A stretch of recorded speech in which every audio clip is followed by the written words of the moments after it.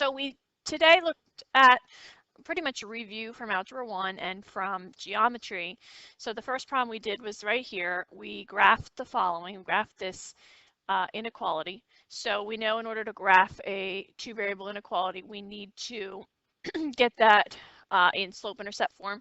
So subtracting 3x from both sides.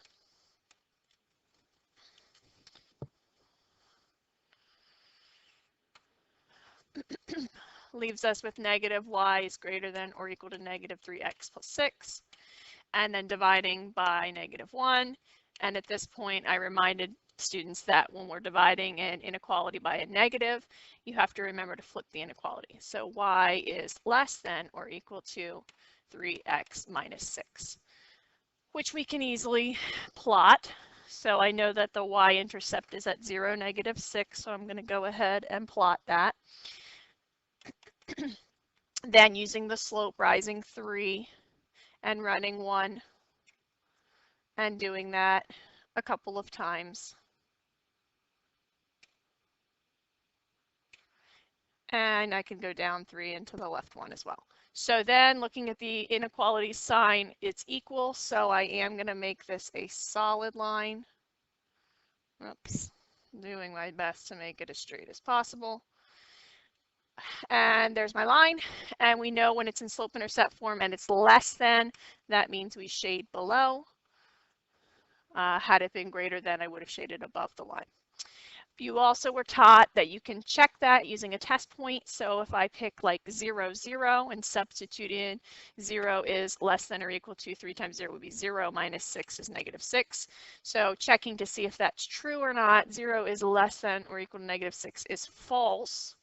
So 0, 0, the section or the side of the line that contains 0, 0 should not be shaded because it made a false statement. If that had been a true statement, we would shade the side containing 0, 0.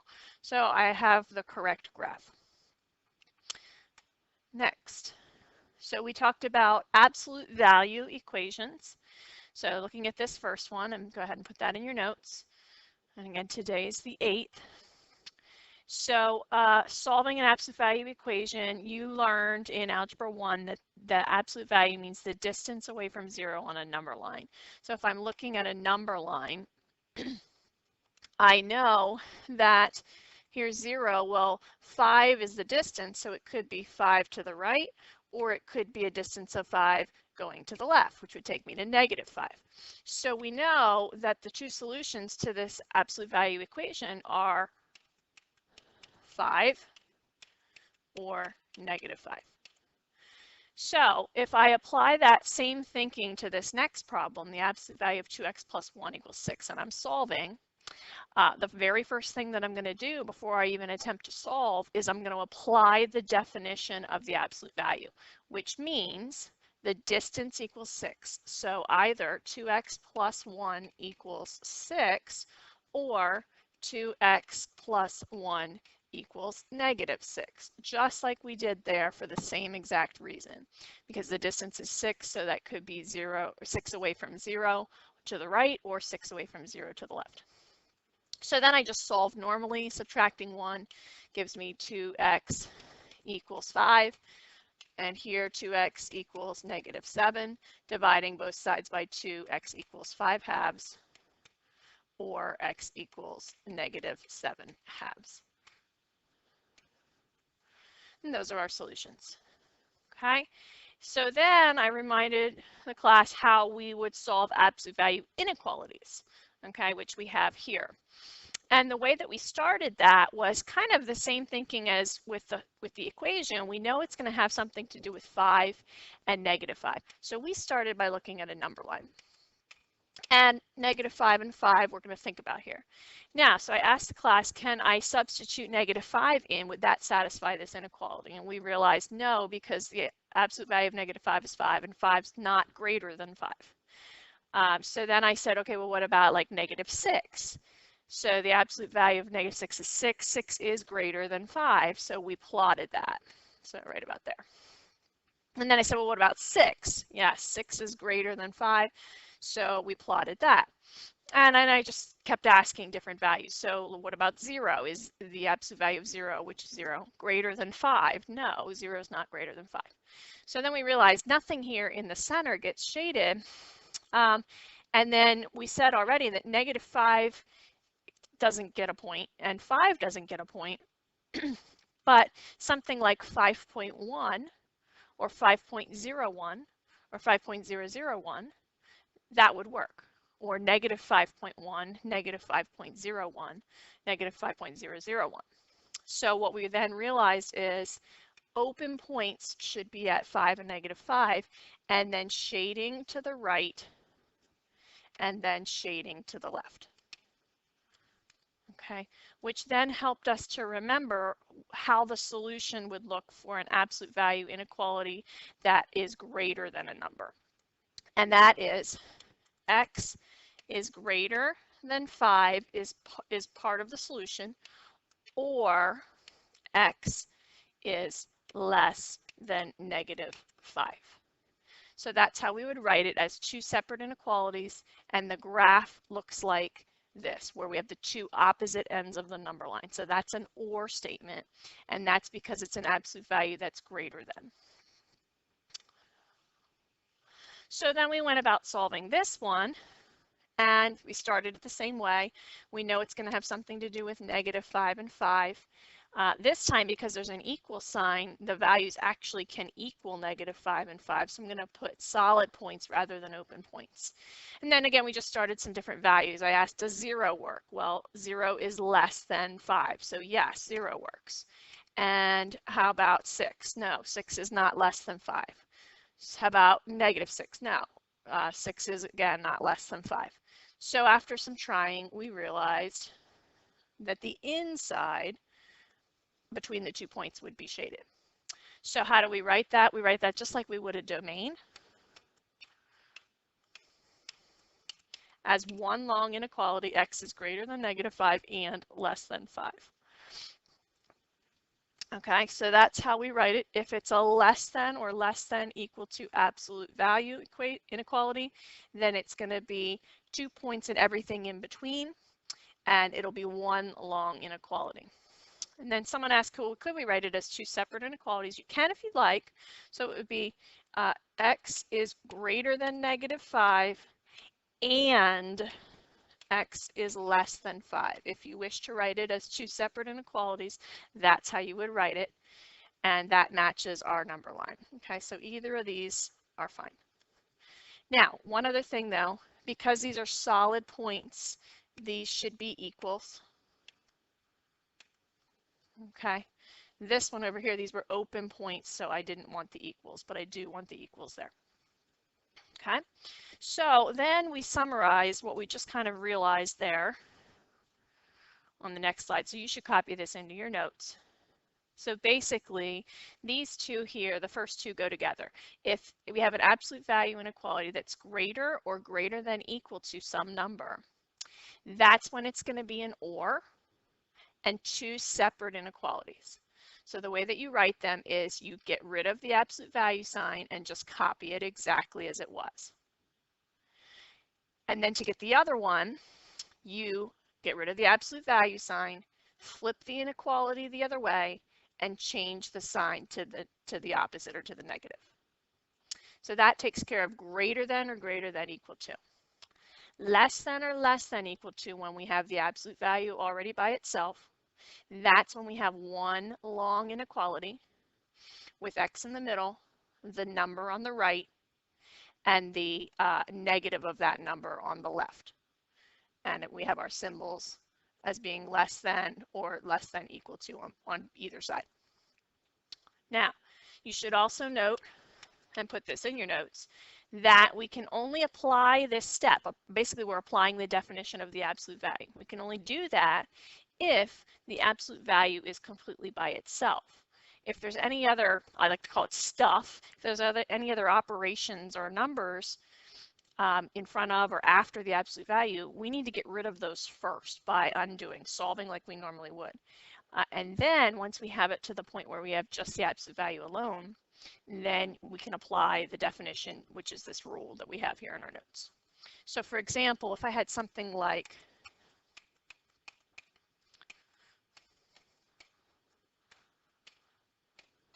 that, let's say, that has extra stuff. This 5 and this plus 6 is causing the absolute value to not be by itself, not be alone on one side of the inequality. So before I can apply the definition, I need to get rid of the 6 and the 5. And I would do so using reverse order of operations, so opposite operation in the reverse order.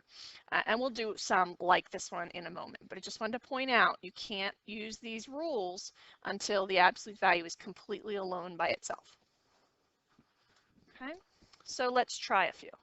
So this one, we're going to solve this absolute value inequality. It already is just the absolute value by itself, so I can go right to applying the rule, which says when it's less than equal, it's going to be one long inequality. So I'm writing 4 plus 3x in the center. I'm writing less than or equal to 2 on the right, and greater than or equal to negative 2 on the left. So I have two separate inequalities here, but I have them joined, so I'm going to really just kind of solve them both at the same time. So I know to solve that I need to subtract 4. So negative 2 minus 4 is negative 6. Copy my sign. 3x is in the center. Copy my sign. 2 minus 4 is negative 2. So I know I need to divide everything by 3. And negative 6 divided by 3 is negative 2. Now be careful, sometimes students get confused here. We're not dividing by a negative, we're dividing a negative by a positive. So I do not need to flip the inequality, only if I was dividing by a negative, which I'm not. So negative 2 is less than or equal to x, which is less than or equal to negative 2/3. Okay. So there's my inequality, those are my solutions there, and then it says to graph. I'm not real particular with the number line graph, as long as you plot the 2 points that are important there, and you have the correct type of points, like filled in or not filled in, and you have the shading in the correct side. That's really all I'm looking for. You don't have to put lines and label every single line. That's not necessary. So between these two numbers, I know that negative 2 is smaller, so I'm going to put that on the left. Negative 2/3 is larger, so I'm going to put that on the right. And again, you don't have to worry about spacing or anything like that. And I'm going to put solid points on both of those because of the equals. And then I know that this is one long inequality, which means I'm going to shade in between. Okay, so those are my solutions for this one. Next, I want you to try this one, so you should pause the video and try it, and then push play and watch your answers, check your answers. Okay, so here we go. So this one's absolute value, and it's greater. Greater means that we're going to write two separate inequalities. So negative 2x plus 3 is greater than 4, or negative 2x plus 3 is less than negative 4. So then I'm solving each of these for x. So subtracting 3, negative 2x is greater than 1, or negative 2x is less than negative 7. So dividing by negative 2,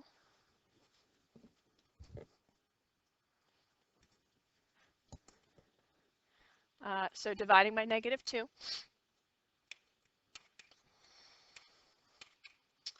and I'm remembering here that because this is a negative that I'm dividing by, I am going to change the inequality. So x is less than negative 1/2, or x is greater than positive 7/2. Those are my solutions, and I'm supposed to graph that. So 7/2 is bigger than negative 1/2. These are open points because not equal. Less than negative 1/2 would be this way. Greater than 7/2 would be this way. And that should match my answer because or, remember, means opposite sides of the number line. Okay. Anytime you want to check your answer to make sure it's correct or not, just pick some point either in the shaded region or non-shaded region. Like I could pick 0 here, And if I substitute it into the original absolute value inequality, in this case, I should get something that's not true because 0 is not shaded on my number line. If I pick something from the shaded region and I substitute that in, I should get a true statement. So that's how you can check to make sure that your answer makes sense and your graph corresponds with the inequality as well.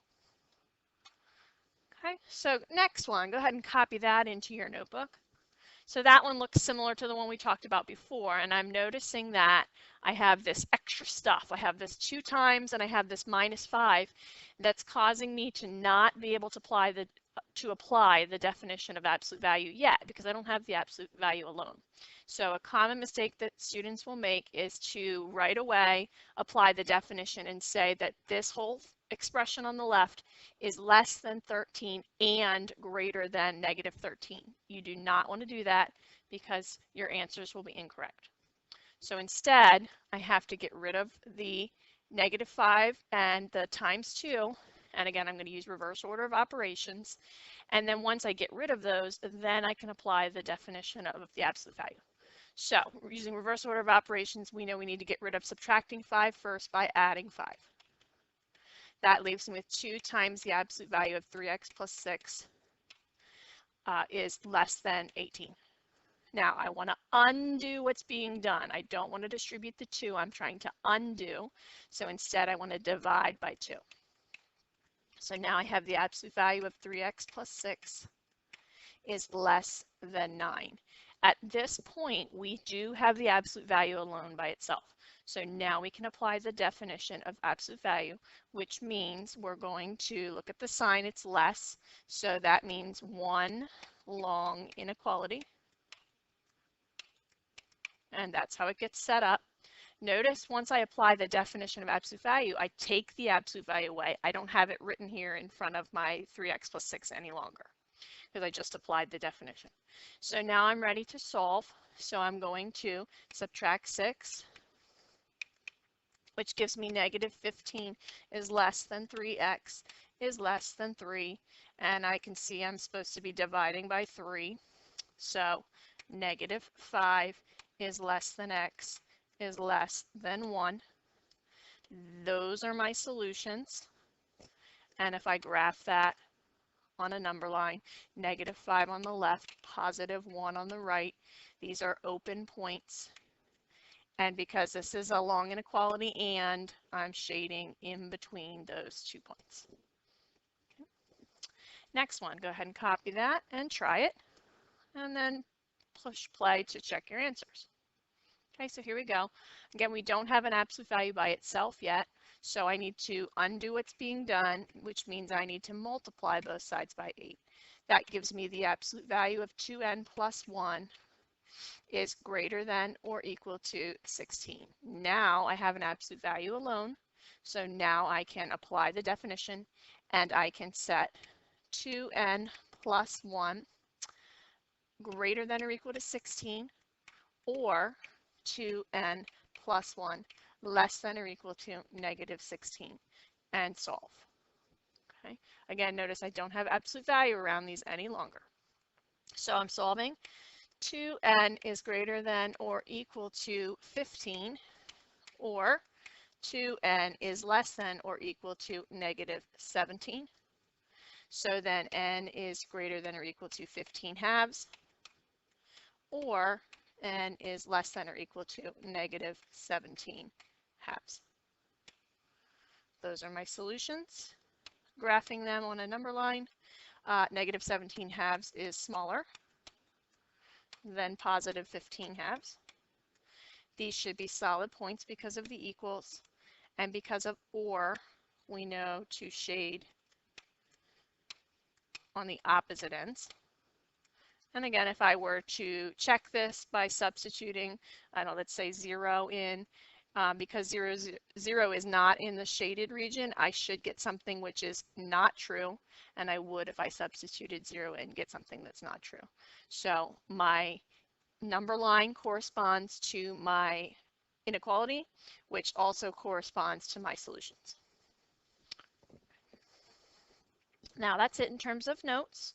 Homework for Monday, you're going to work on pages 35 and 36 and also 39, all problems on those 3 pages.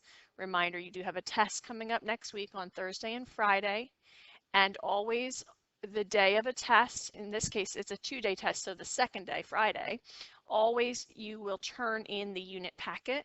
So that means on Friday your Unit 1 packet will be due, and I will be checking that for completion. So every problem and page that I have assigned in the unit, I will check. I'll collect those packets on Friday, and then I'll check that you have everything completed that you're supposed to.